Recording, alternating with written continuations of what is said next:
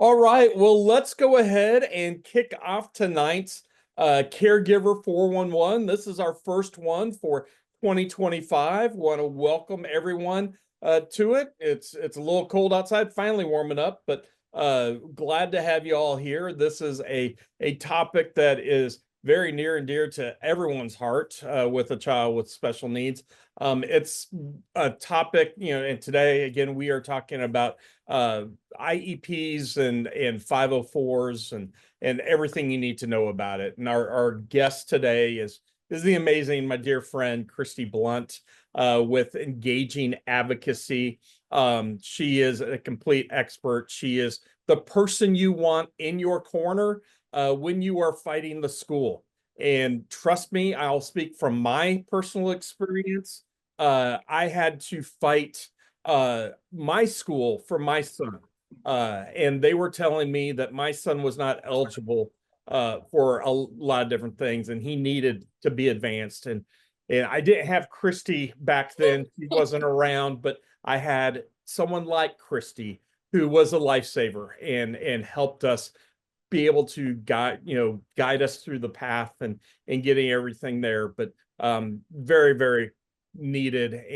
And so with that, let me turn it over to Christi. Welcome, and thank you so much for joining us tonight. Well, thanks for having me. I love talking about this. I could talk about this for days. So I am going to go ahead and share my screen for my presentation so that you guys can all see it. Okay, so preparing and understanding your child's IEP. This is a huge topic, and I can tell you from experience prior to being an advocate and working with IEPs 504, when you have a IEP and it's 25 pages long, it is the most overwhelming thing to see. And if you do not fully understand an IEP, it gives the school a lot of wiggle room to do what they want. And what I go in to do is hold those schools accountable to make sure that they are getting the services and everything that they do need for your child to be the most successful they can in their education. Not only that, but that will take you into real life, 18 and over, being successful in this world. So that's where I come into play, I guess. So how I roll, if you want to just mute the Zoom, but if you have any questions as you go, please unmute and ask, because somebody else is going to have the questions. There is so many questions about this. I would love to answer and take the time to explain to you. So with that being said, let me tell you a little bit about myself. I am board certified in advocacy for special education, as well as IEP development. I am an advocate, but I'm also a mom to a special needs child. He has autism. He was diagnosed when he was 2. And so we went through the process of ABA therapy, going to doctor's appointments, speech, the whole process, the IEP, making sure he was successful. So I decided after we went through all that, I was going to help other families go through what I went through, give them the support, the understanding, and all of the above. I also have a 10-year-old daughter who is amazing as well. I've been married for 11 years, and I became an advocate just to help those kiddos, because you want to go into the school and you want to say, I trust you. I know you want what's best for my child, but that is definitely not always the case, unfortunately. So let's see. So let's just talk a little bit about what an IEP is. It's an individualized education program. An IEP is a plan for each child with a disability who receives special education and related services under IDEA. So the great thing is IDEA is a federal law. This is the cornerstone of quality education for each child with a disability. So when I say that, this should have nothing to do with any other child. This is written for your child to be successful. So if they try to compare your child to another child, that's why it says individualized.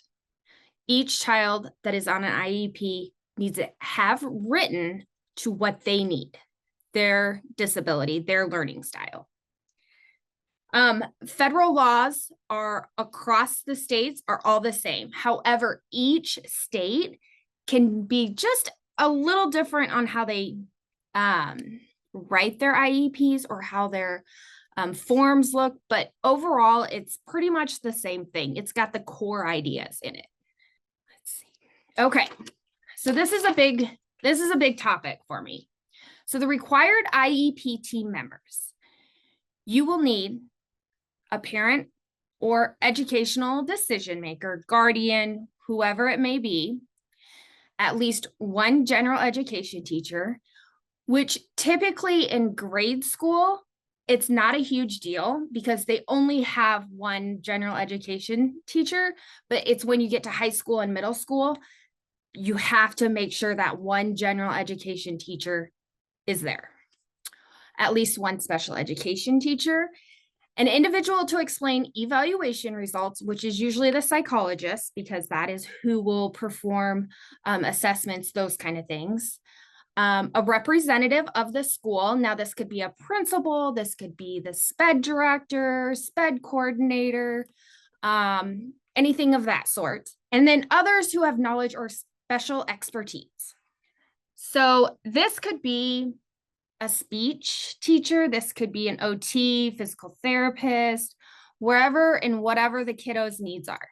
And then at the age of 14 or earlier, the child with the disability can be part of the meeting. It is not required. If you as a parent say, we're not ready for that step yet, they do not have to be present. Now, if any one of these cannot attend a meeting, you need to sign an excusal form stating that they do not have to be part of it. This is the biggest thing I want to tell you. As a parent, you have the right to make the decision. You are part of the team. So if they try to bypass your concerns, your suggestions, no, do not let them push you around like that. You are 100% part of that team and part of every decision. So these are the big components of an IEP. I know an IEP 25, 30 pages long. This is what kind of makes or breaks the IEP.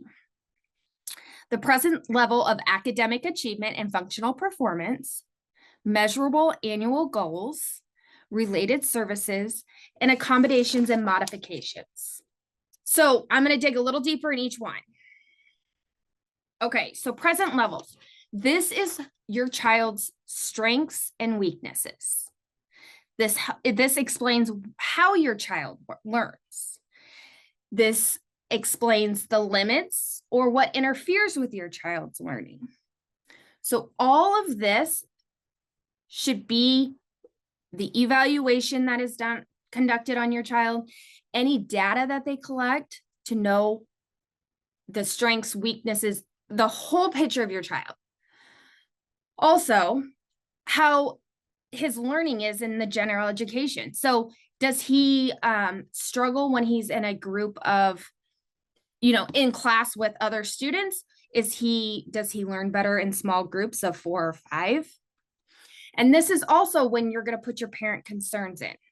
Now, I will tell you, this is one of the most important parts because this is what drives the goals, to know where we need to focus our attention on. And we will get to the goals here. And I always recommend when you put your parent concerns and input, always have a list going into the IEP meeting, because if you do not, you will go in and they'll say, so what's your concerns? And you'll go, let me think about it. When you have this list at home and there's way more, we want to put everything in. And it can be anything from, I'm afraid my child's not eating. I'm afraid my child is not using the restroom. I'm afraid he will admit to things and he never did those things. Any and all concerns, it can be big or little, but please put those in the parent concerns. And you guys can stop me at any point if you have questions. Okay, so goal setting. This is a really big piece of the puzzle. And this is where you hold the school accountable. So goal setting, it has to be specific, it has to be measurable, attainable, relevant, and time bound. So I'm gonna give you guys an example of each part of that. Because if you do not have it measurable, there is no way to hold that school accountable. So when you say, we should be here at the end of the year, oops, sorry, I jumped ahead. We should be here at the end of the year, at the end of the IEP year, and you're not, there's no way to hold that school accountable throughout that year. So let's talk a little bit about it. So behavior, what do you expect the student to do? John will read. We expect him to read by the end of the year. Okay, so condition, what materials are used? In what setting? So are you going to give him first grade work when he's in third grade? What level? Are you going to read to him and then have him read to you? Are you going to prompt him? Is this going to be independent?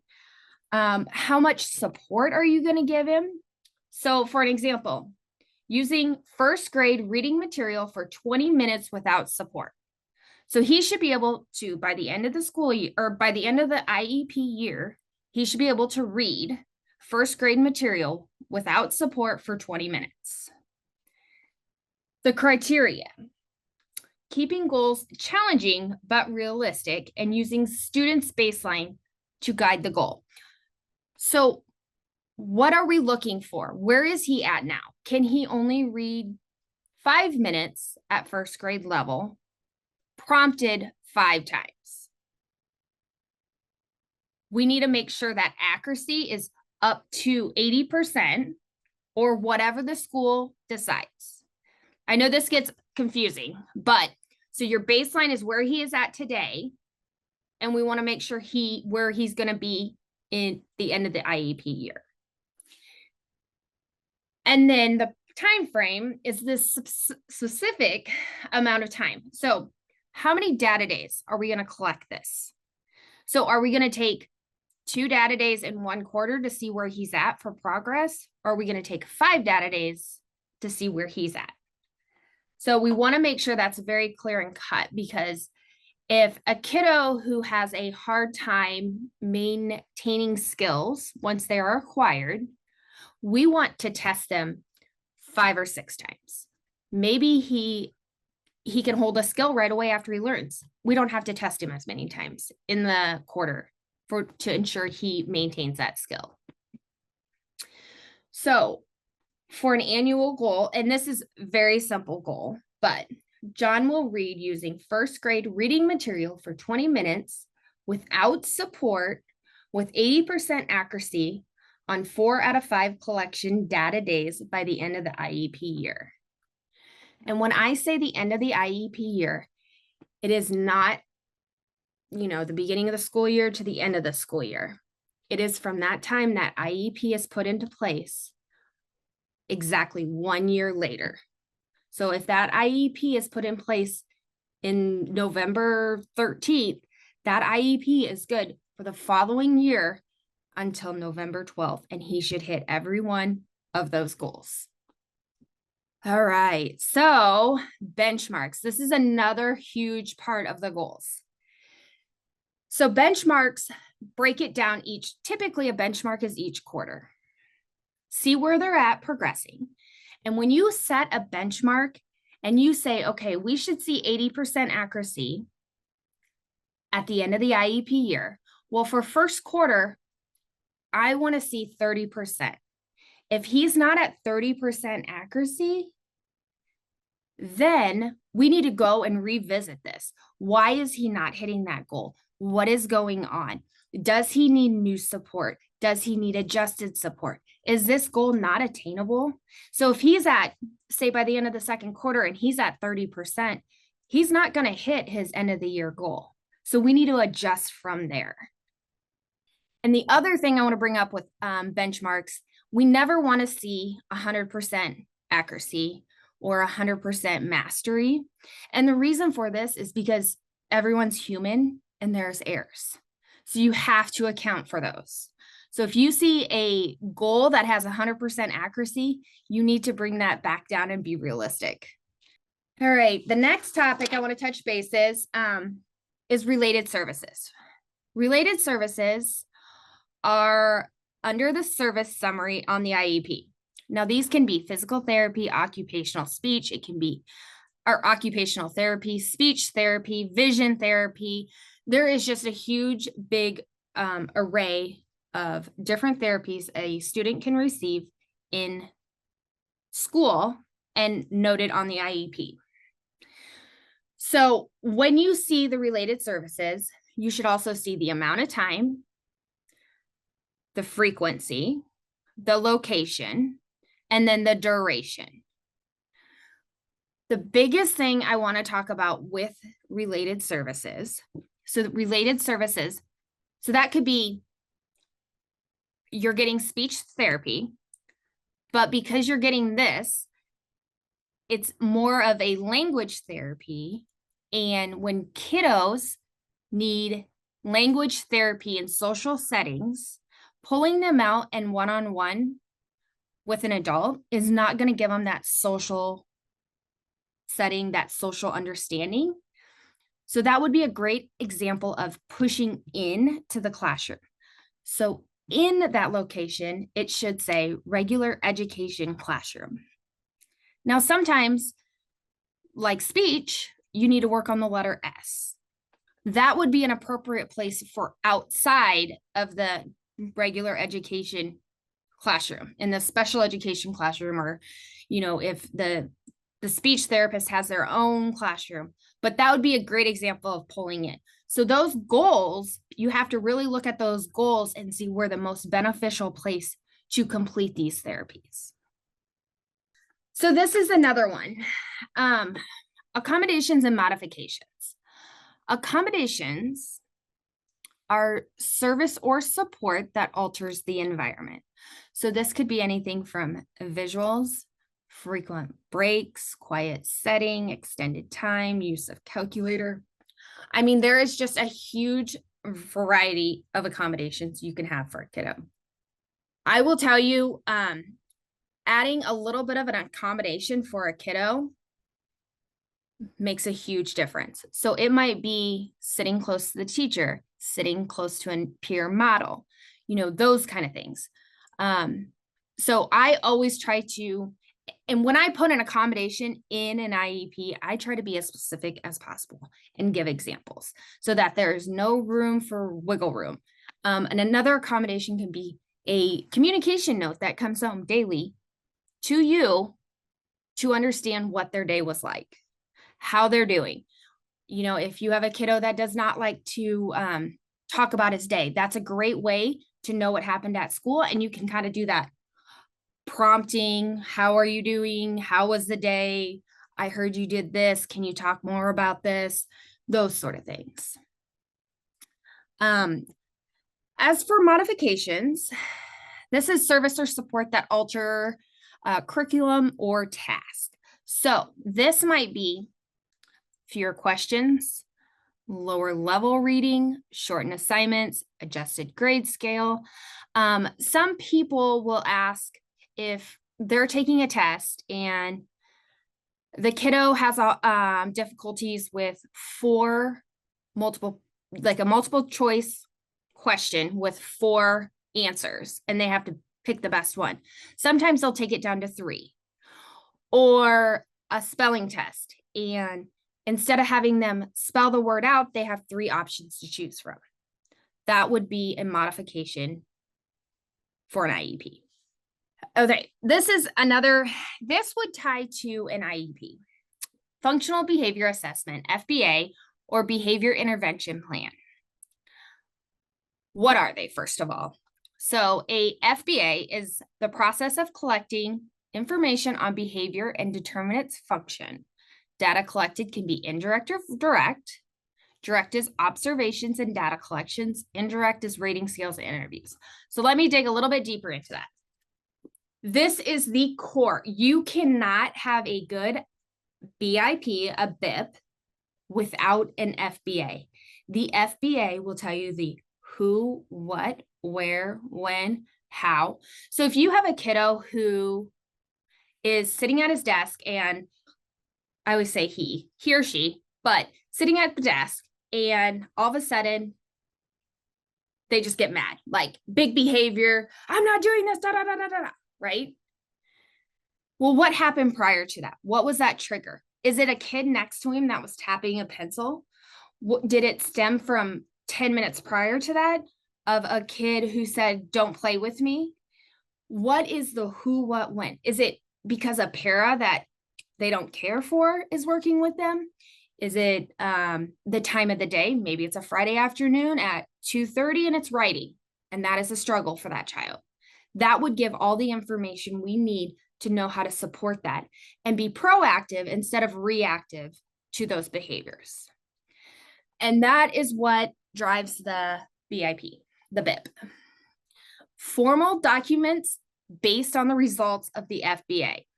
So what it does, it outlines the intervention that will be used to reduce, replace, or reinforce challenging behaviors. So what this document does, it doesn't matter if you are a principal, it doesn't matter if you're a teacher, SPED teacher, special education teacher, speech therapist. When you look at this document, you know exactly how to handle the behavior from start to finish. Maybe it's you start to see the kid starts to kind of wiggle. Well, you know this behavior is coming. So then you will have the steps to de-escalate the situation before the child escalates. From there, if you cannot get to that de-escalating, then you know, okay, we need to take this child out to the hallway to talk to them. Maybe it's we need to take 2 laps in the hallway. Maybe it's pull them out of the situation, give them 5 minutes for breathing, and then try to talk to them. Whatever it is, it's just so it's so consistent, because it's so important with kiddos with disabilities to have that consistency. So this will map that out. So every staff member will be doing the same plan for that child. Let's see. Do you guys have any questions as I'm going? You can definitely pop on. Okay. So a 504 plan. A 504 plan is for students with disabilities that need adjustments to the learning environment, so accommodations to meet their classroom needs. Now, the difference between the IEP and the 504 includes specialized instructions to help the children learn the material. An IEP is the only one that includes specialized instruction. A 504 does not. A 504 does not have goals, so it's adjusting for their environment. So a lot of times, and I see this over and over and over, kiddos with ADHD, schools automatically want to give them a 504 and not an IEP, even though they need an IEP. So what I tell families is, okay, you have a 504, your kiddo is still struggling in school. Let's beef that 504 up. Let's put more things in place while we get that IEP. I always recommend trying to get an IEP over a 504, because a 504 is very hard to hold the school accountable. An IEP will do that over and over and over again. So let's just kind of compare the two. Okay. So an IEP versus 504 plan. An IEP has disability eligibility categories, and there's 13 of them. It provides specially designed instructions, not just accommodations. So it tailors to that particular student's needs, has goals and progress monitor, monitoring, schools required to include the parents. The parents are part of that team. The Department of Education and the federal government and states are overseers of that. All public schools must make this available to eligible students. Now, as for the 504 plan, any disability focuses on how the children learn. There is no goals and no progress monitoring. So there is no way to say that the school is making sure that student is progressing in their education and doing what is in that IE or in that 504 plan. Schools do not have to seek parental input to develop the plan, and OCR oversees this, Office of Civil Rights, and then applies to any school funding, receiving public funding. So these are both free to parents. Now, I can tell you with an IEP, you will complete an evaluation prior to the IEP. If they say in that IEP or in that evaluation, he does not qualify for an IEP, please do not give up there. You can request, what they'll try to do is say he needs the 504 plan. The 504 plan's fine. You can request an outside IEE, and it's an evaluation outside from a third party, and the school districts will pay for that. So don't stop there. Keep advocating for your child. Okay. So tips for an IEP. Request the IEP in advance to review before the meeting. So when you're in an IEP meeting, and if you are not used to them, schools are like this, as fast as they can get through them. Slow the meeting down. Ask them every question that you have in your head. You have that right. I tell my families never to sign a document at a meeting without fully understanding. I will walk into a meeting, and if a parent says, oh, they're going to say, here, sign this right after the meeting, I say, I'm doing a disservice to my families if I do not take this information and go home and review it and make sure everything is in there as we discussed, and then we will sign your document. So don't be afraid to say, hey, whoa, slow down. Never be afraid to ask more questions. Speak up. I can't tell you that over and over again.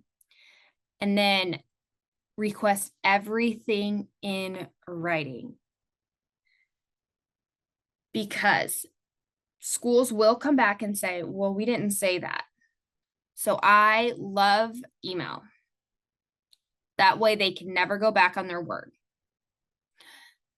Request the progress report for each quarter. You should automatically be receiving these each quarter. However, a lot of times you don't. That is the progress. That is seeing where they're at, if they're going to meet their goals, if they're going to meet their benchmarks. And a lot of parents will, and when I say progress reports, I'm talking about progress reports on the goals, not the report card, because that gets a little confusing as well. This is directly towards the goals. Always ask for benchmarks for each goal, which you should have 4 benchmarks for every goal, for every quarter.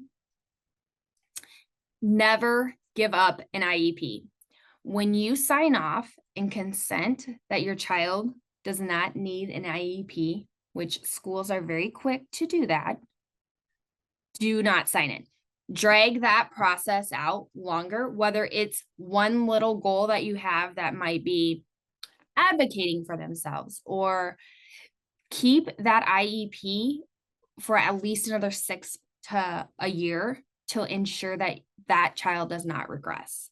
Or things are going to get harder. Things are going to change. You know, you might have everything set up in 4th grade. They're doing great. We don't need this IEP. They go to 6th grade, middle school, and everything is, and they're overwhelmed and they're moving. They have multiple teachers. So make sure you do not give up that IEP until you know 100% your child will be successful. Anything they present to you, get copies, because I can't tell you how many times I've had to go back with families and say, did you get a copy? How was this written? Did they change it prior to sending it over? So in that moment, say, okay, thank you. Please email me all copies of unsigned and signed documents that we have discussed today. And they should happily do that. Always stay in communication with staff. So I always tell my families it's nice to either have communication once a week, especially in elementary school. I say we need a communication log sent home every day, because in my experience, kiddos with disabilities are not forthcoming with how their day was, what went on. I know my son walks in and I'm like, hey, how was your day? Fine. Well, how are you supposed to support at home if you're not knowing what's going on at school? So I always tell my families, you support at night, you talk through the days. And I like to do the glows and grows on their communication note, because I want to know something positive my child did, but I also want to know the negative. So that night we can discuss that negative and positive and can be reminded the next morning how we're going to grow today and make it sound exciting and, all those kind of things. So stay in communication. That's a big one. Common parent IEP mistakes. Not understanding the necessity of having everything documented, everything in writing, even if you have to record a conversation, whatever it may be. Not valuing yourself as an important and equal member of the IEP team. Your input matters. If you say, no, I don't agree to that, they cannot put it in the IEP. It is a team decision. Not understanding or taking advantage of parental concern portion. So this is so important, because if you have something, your kiddo goes and gets suspended for, say he's been spitting in somebody's face, then you can say, it is in the IEP. We're going to further discuss this. I put it in the parental concerns. You guys did not address it in the IEP, but I did. So let's talk about this more. Why is he suspended? Why did this happen? Did you support him in the moment? All those kind of things. Being too nice. Do not agree. Do not agree with them on everything they said. You want to believe them. You want to trust them. I wish we could, but it's not the case. And I will be honest, typically when I go into IEP meetings anymore, it's not rainbow and butterflies. It's, we need to work some stuff out. So don't be afraid to say, no, that's not going to work for our family. And you don't have to be nice about it. You don't have to be mean about it, but you can put your foot down and say, that's not working. That's not what I want to see for my child. Not reading the forms you sign, particularly the prior written notice, the PWN. This is one of the most important documents. The reason for that is this puts everything in place. So if you say, yes, my child needs speech services, and they don't put it in the prior written notice, and you sign that, you just agreed that he doesn't need services. So everything that you put in an IEP and change, adjust, whatever it may be, needs to be in that prior written notice. That is a big one. So don't let them, sneak something in there and then you sign it. That's why I always say, do not sign anything at a meeting. Make sure you look back to make sure everything is exactly how you discussed, and the wording, because they will play that word game with you. So it could say maybe or always, and they will play that word game with you if something happens. So just be very careful of how everything's working. Going into an IEP meeting without a special education advocate, I will tell you time and time again, I've had many of families I've helped that their kiddo gets suspended or sent home quite often, and then I come into the meeting and they don't get sent home anymore. because they know I know the laws and I know what they can get away with, and they're not going to get away with what they want to with the parent. They're or with the advocate, not the parent. The parent they will try to push around. So it is always a good idea. Even if you don't go into an IEP meeting with a special education advocate, let an advocate read the IEP to make sure it's a solid IEP, because that's your success for your child. Blindly requesting more services. So if you're asking for more services and more services, but your child struggles with transition, you really have to be aware of that. So if you're transitioning him out 4 times in the morning for speech, OT, physical therapy, resource time, whatever it may be, and he's really struggling with transitions, he's not going to get as much out of those services as he would if we could combine that. We could figure out how to downsize that. So it's not always more is better in these scenarios. So really weigh the risk and benefits of it. Going through the motions at the meeting. Don't just sit there. Put your input out there. Tell them what you expect, what you need, and all that. They need to hear it because they need to know what's going on at home as well as at school. So in order to work as a team, and then also, if you have an outside therapist, you need to be able to, everyone has to come together to work together. Otherwise, that's when you can see problems with a kiddo. So if they're doing ABA therapy, autism therapy, and they have a BCBA, and she's doing something that different than the resource teacher or the special education teacher, that child's going to get confused, and they're not going to know how to handle situations, because you're going to see more behaviors. You're going to see more things happening because they're confused, which anybody would be. So just keep in mind that I always tell families, when you have outside therapists or anybody else's hands in the pot, so to say, start a Google Doc, start recording things that are working and that are not working. Google Docs are fantastic, and it doesn't have to be updated every day. But if you say to a kiddo, stop running, and they totally have this huge behavior because you said stop running, note that so that we don't use that verbiage anymore. We need to take a different approach. And maybe somebody else has, hands in the air, or, like touch your knees, and that works and the kiddo stops. Why wouldn't we use that across the board? So those kind of things are pretty important. Agreeing to the wait and see. Schools are notorious for this. Well, let's wait another month and see how he does. No, because that is such a critical time. If you're going to start and you're going to wait and see this, it could be, okay, wait and see a month. And then by the time the team gets together, it's another 3 weeks because everybody's schedule. And then if we're going to move forward, we got to do the paperwork. So that's another 3 weeks. Do not wait and see. Do not let them convince you a wait and see is a good thing. Take action right away. If you see something more than a couple times, that's an issue. We need to address it. And then also not reviewing the progress report. This is what holds schools accountable to know if we're going to meet those IEP end of the year goals. And I'm telling you, probably 75% of my families don't even know that a progress report is available for them. So review it, ask questions, make sure they're progressing. So that brings me to what I do.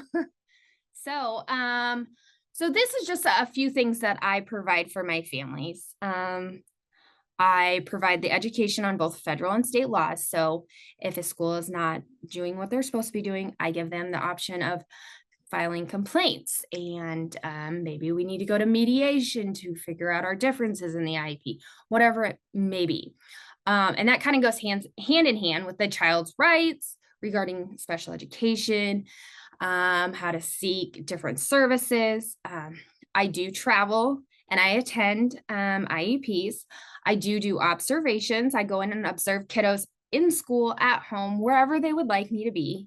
because they don't know. Parents, I mean, schools can say this is happening, this is happening.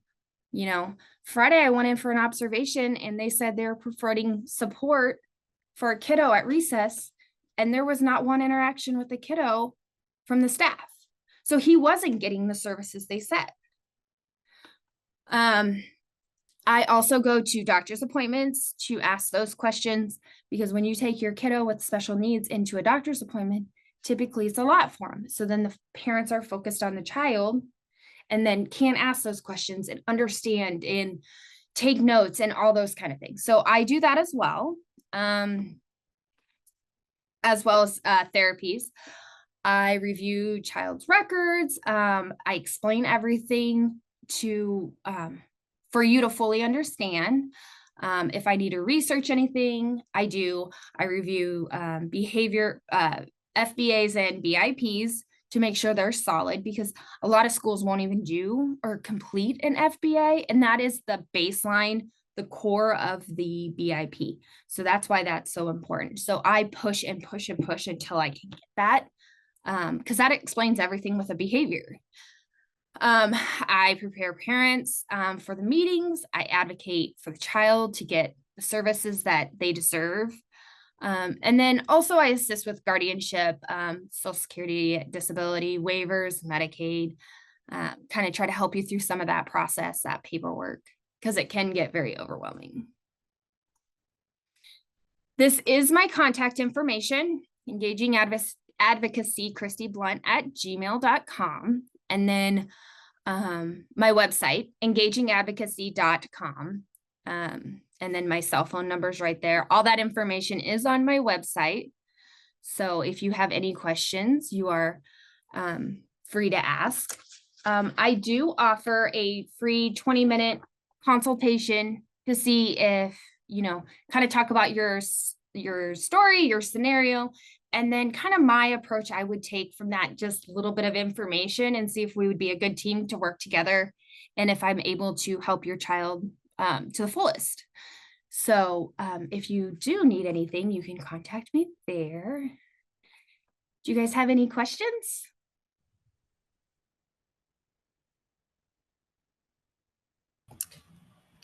No questions, but thank you. I was always confused between that 504 and the IEP and the difference. So this helped clear it up a lot for me. Sure. Yeah. And if you have any other questions about that, feel free to shoot me an email. I'm happy to answer anything you might have, because it's a lot, and there's a lot going on with those two. Christi, I know I frequently get asked the question, so I'd love to hear from you. Sure. When do you know it's time to get an advocate to help you with the IEP? When you ask for something in a school and you are shut down, typically the school knows they can walk on you, because you don't know how far you can push back. So if there is something that you know that your child needs and they're not providing, that's when I would get an advocate. Because there's always room to, there's always different solutions to everything. And that's the hard part about special education, is nothing is black and white. Everything is 100% gray. So there is a way to do it.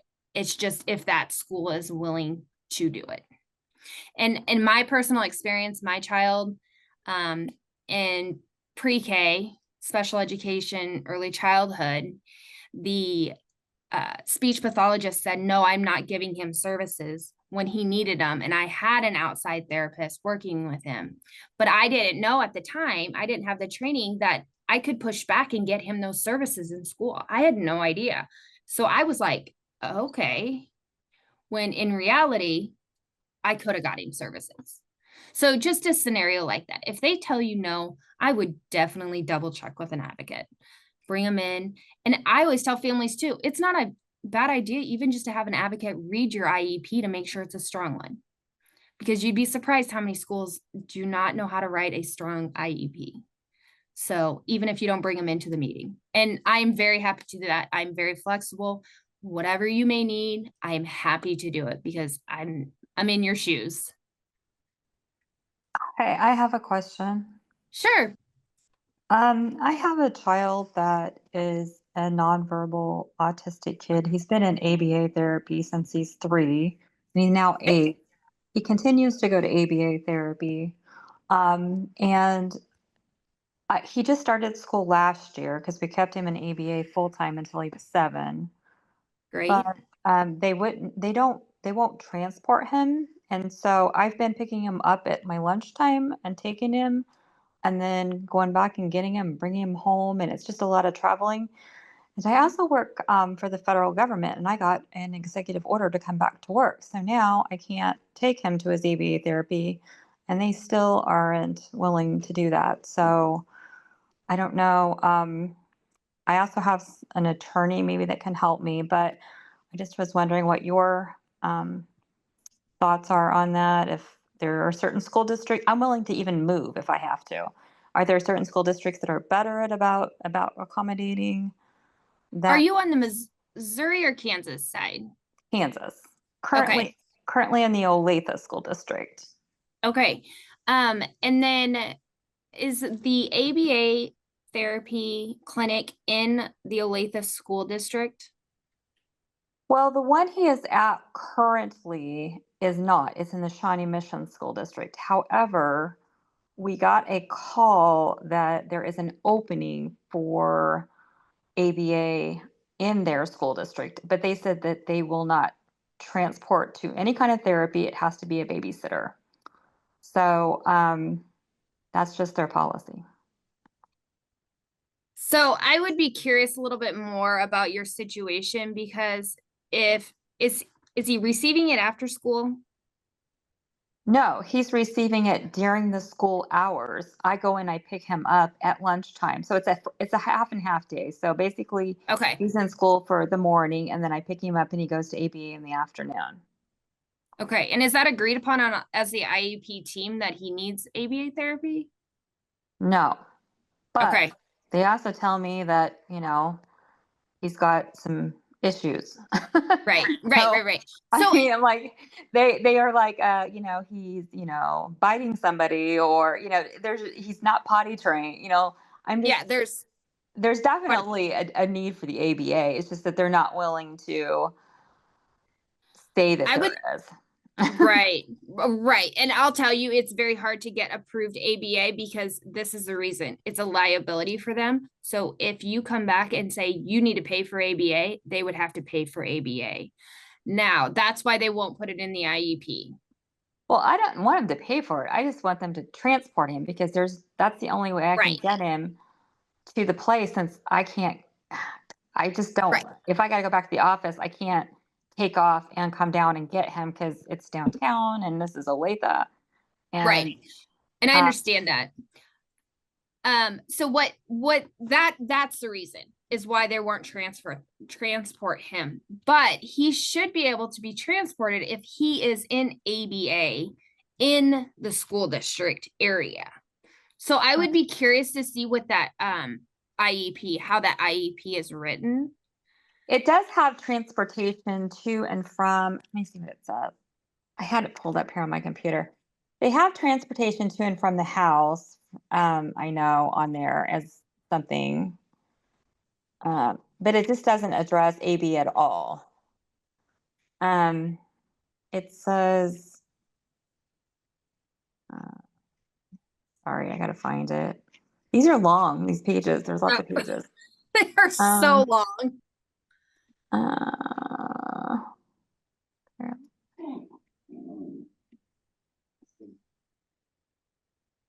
It says the student will receive special education transportation for that's for the duration of the extended school year services due to the disability and to access the program site, curb to curb transportation to address needs that are indicated in the IEP will be provided. I would say I would take that on as a fight with the school district, so to say. They should be providing that. I don't see why they wouldn't be if they agreed on half days. Right. They have a little verbiage in there about that. These guys, something about a unilateral decision was made to put him in ABA. So basically, they're just saying that that's my choice if I want to do that, but they're willing to provide him with an education all day long, but it's up to me if I want to put him in ABA or not. But he's got a doctor's order saying he needs it. Okay, So so the great thing about a doctor's order is, yes, it helps, but it does not seal the deal, which is unfortunate because it's a doctor, right? right. What I would challenge would be, is he progressing? Is he making adequate progress on his IEP? And if he is not, then they are not providing that support for him and saying, then you could say that transportation is required. So that would be my first approach. Mhm. Okay. My second approach would be, well, if you would, because if they agree to half days, it would be just like providing daycare transportation. So Right. why wouldn't they provide that? I don't know. I don't know. It doesn't make Can I any ask sense. what school it is? It's Woodland Elementary. Okay. Yep. Okay. So yeah, I would have to read the IEP to see exactly what's happening, but I would definitely push back on that, and say, hey, he needs this. You're not, I would try to take it as an approach of, you're not doing enough for my child, if Yeah. that makes sense. But I'm happy to take a look at it if you would like me to. Okay. Well, I just didn't know if that's something that they are legally required to do or not. The other thing is you can request the policy on transportation because if you guys decided that's the end of his day, that's the end of his day. So what does that policy look like? You Show mean me where it says that you will not provide transportation only to a residence. Does that make sense? At the end of Yes. his day. And how does his minutes write? Is it show that he has all the minutes for a full day, or is it a half a day minute? No, they put all the minutes on there. Okay. So are they saying this is an excused absence? Yeah, basically I've made the decision on my own to send him to ABA therapy instead of taking him up on their offer to keep him all day. Okay. So those are kind of the first couple approaches I would take. From there, if you still cannot get anywhere, then I would bring the state in and say, hey, we're going to go to mediation and talk through this with a third party. Okay. And that mediation is free to you. Okay. School district has to pay it. Okay. It'd be cheaper just to take him 2.5 miles away. Yeah. I Because know. that place is like some mile. It's not even 3 miles. It's so frustrating. It is so frustrating when it comes to things, just these little things. And you're like, all I'm doing is getting my child to help. But You would think it would be beneficial to them to get him out of there for a half a day, you know? right. Like they don't have to do anything for half of the day. Right. But I just don't understand. I wish I understood the logic of what reason. Do you But, have you brought in the SPED coordinator into the meetings? there were like a lot of people. There were an autism specialist, a general education teacher, an LEA representative, occupational therapist, school psychologist, special education teacher, and a speech language pathologist. And the very first IEP we had Wharton when he was transitioning out of the behavior project, which is the first ABA clinic he went to when he was 3. So they set in on that particular meeting as well. And they, said that they had a behavior plan and that they wanted to share it with them. And they said, well, when he came in for his little diagnostic, whatever, he was, no big deal. He was fine. And we didn't really have any negative behaviors that would impact them. So I'm like, I don't know about that. But Well, I wasn't there. That's the problem, is you can't like watch them doing any of this or what they're saying behind the scenes. right. So And that is 100% common when you get your kiddo help in early intervention right away. Schools do not know how to handle kiddos that have had therapy. They know how to handle kiddos that are big behaviors, big things going on. So my son attended the behavior project as well. And then he went, to school or whatever, but they struggle with those kiddos. right. Well, But it's you hard. do have steps to take to move forward. And like I said, even if you don't use myself, I would get the SPED coordinator involved. And then if there is no happy ending, I would file with the state for mediation.